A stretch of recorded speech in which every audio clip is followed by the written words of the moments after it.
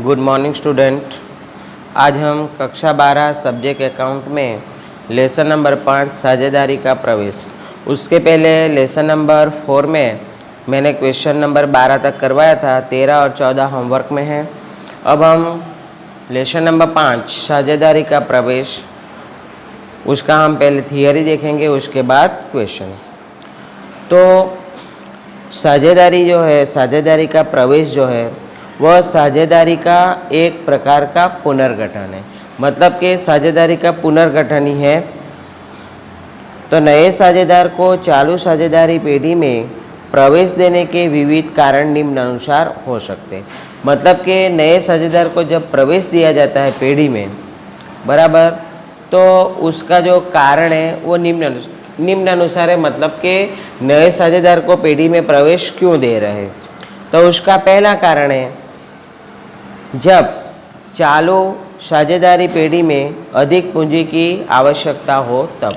मतलब कि पेढ़ी जब चलती है, चालू साझेदारी पेढ़ी है, उसके अंदर कोई अधिक पूंजी की आवश्यकता हो, जितनी पूंजी है उससे अधिक पूंजी की ज़रूरत हो, आवश्यकता हो, ऐसे समय में नए साझेदार का प्रवेश हो सकता है। सेकंड, जब चालू साझेदारी पेढ़ी में अधिक संचालकीय शक्ति की आवश्यकता हो। मतलब कि पेढ़ी चल रही है तो उसमें अधिक संचालकीय शक्ति की, मतलब अधिक व्यक्ति की ज़रूरत है, ऐसे समय में साझेदार का प्रवेश हो सकता है। इसके बाद जब कोई साझेदार निवृत्त हो या मृत्यु हो, मतलब कि चालू साझेदारी पेढ़ी में कोई साझेदार की निवृत्ति हो जाती है, कोई साझेदार की मृत्यु हो जाती है, ऐसे समय में नए साझेदार का प्रवेश होता है। चौथा, जब साझेदारी पेढ़ी का कोई कुशल और कार्यक्षम कर्मचारी पेढ़ी में से ही चालू रहे, इस उद्देश्य से उसे साझेदार के रूप में प्रवेश दिया जाए। मतलब कि पेढ़ी का कोई कुशल कर्मचारी हो अथवा तो कोई कार्यक्षम कर्मचारी हो, पेढ़ी में सक्रिय रूप से काम कर सके, ऐसे कोई कर्मचारी हो तो उसको यही उद्देश्य से साझेदारी पेढ़ी में प्रवेश दिया जाए। और लास्ट है पांचवा, साझेदारी पेढ़ी के धंधे में जोखिमों के वितरण करने के लिए। मतलब कि यदि पेढ़ी में कोई दायित्व बढ़ गया, जोखिम बढ़ गया, तो उसका वितरण करने के लिए साझेदारी पेढ़ी में नए साझेदार को प्रवेश दिया जाता है। जब नए साझेदार को पेढ़ी के भविष्य के लाभ में कुछ भाग मिलता है, मतलब कि नए साझेदार को प्रवेश दिया जाता है तो भविष्य में जो भी पेढ़ी का लाभ होता है उसमें कुछ ना कुछ भाग दिया जाता है। यह भाग पुराने साझेदार अपने लाभ के भाग में से कुछ भाग का त्याग करके नए साझेदार को देते हैं। मतलब कि जो पुराने साझेदार है वो पुराने साझेदार को जितना भी लाभ मिलता है तो वो अपने लाभ के भाग में से कुछ त्याग करके नए साझेदार को देते हैं। पुराने साझेदारों ने लाभ में किया त्याग के फलस्वरूप नए साझेदार पूंजी के अलावा अतिरिक्त रकम पेढ़ी में लाता है, उसे ख्याति का प्रीमियम कहा जाता है। मतलब कि पुराने साझेदार ने जो भी लाभ दिया है, बराबर, वो लाभ में किया त्याग के फलस्वरूप नया साझेदार पेढ़ी में पूंजी लाता है और पूंजी के अलावा कुछ अतिरिक्त रकम भी लाता है, तो उसको कहा जाता है ख्याति का प्रीमियम। ये बच्चों याद रखना, ख्याति का प्रीमियम किसे कहते हैं। तो नया साझेदार पूंजी के अलावा अतिरिक्त रकम पेढ़ी में जो लाता है उसको कहा जाता है ख्याति का प्रीमियम। इस प्रकार नए साझेदार पेढ़ी की संपत्ति में मिलने वाले भाग के बदले में पूंजी लाता है। मतलब कि पेढ़ी में से अगर साझेदार को संपत्ति में लाभ चाहिए, संपत्ति में भाग चाहिए, तो वो पूंजी लाता है, जबकि उसे लाभ में मिलने वाले भाग के बदले वो अपने भाग की ख्याति की रकम भी लाता है। मतलब कि साझेदार को लाभ में भी हिस्सा चाहिए, लाभ में भी भाग चाहिए, तो वो अपने भाग की ख्याति की रकम लाता है। तो पूंजी की रकम पेढ़ी में रहती है, जबकि ख्याति की रकम जो साझेदार, नया साझेदार जब प्रवेश करता है तो जो पूंजी की रकम लाता है वो पेढ़ी में ही रहती है, और ख्याति की रकम जो नया साझेदार प्रवेश के दौरान लाता है वो पुराने साझेदारों के बीच, पुराने साझेदार ने जितना भी रकम त्याग किया है वो त्याग के अनुपात में पुराने साझेदारों के बीच वो बांटी जाती है।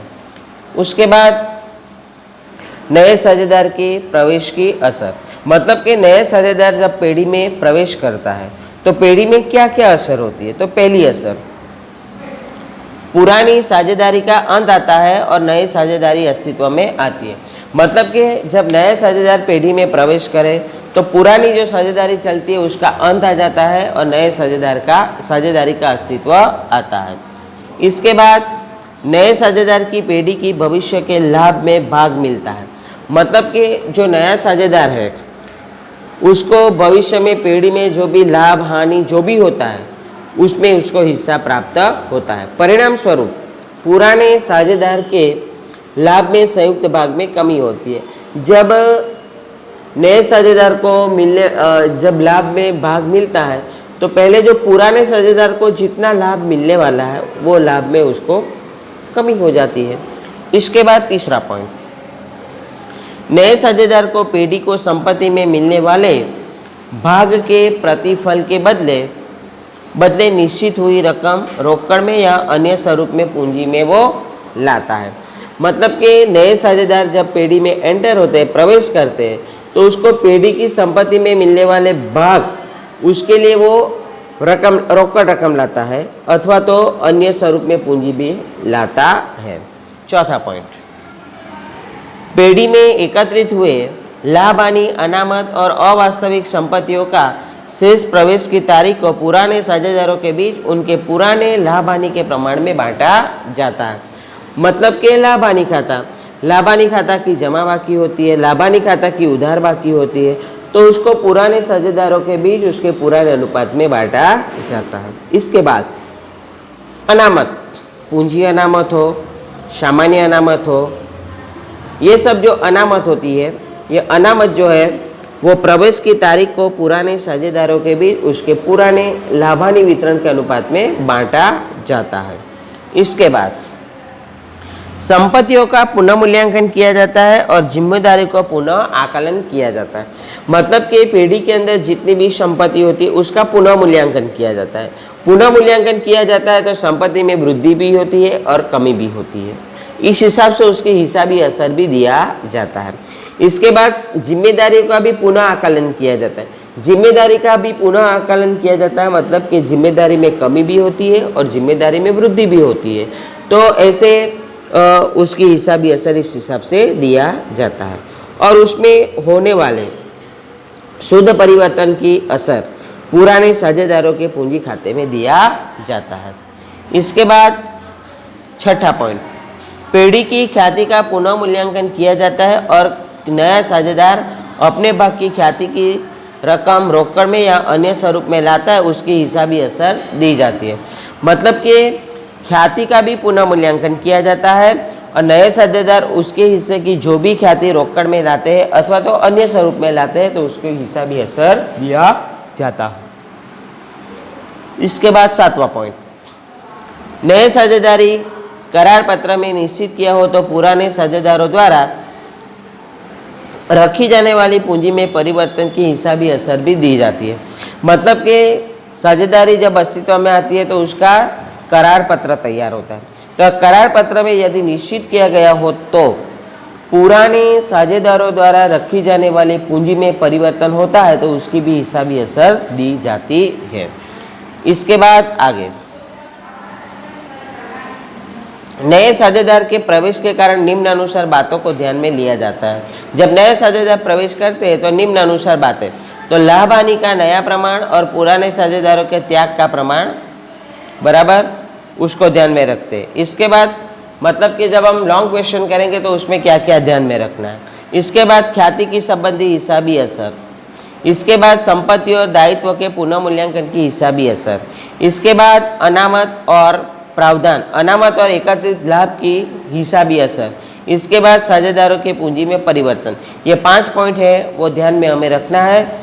और आगे हम कल शॉर्ट क्वेश्चन और उसके सूत्र देखेंगे, उसके बाद लॉन्ग क्वेश्चन हम देखेंगे। ओके।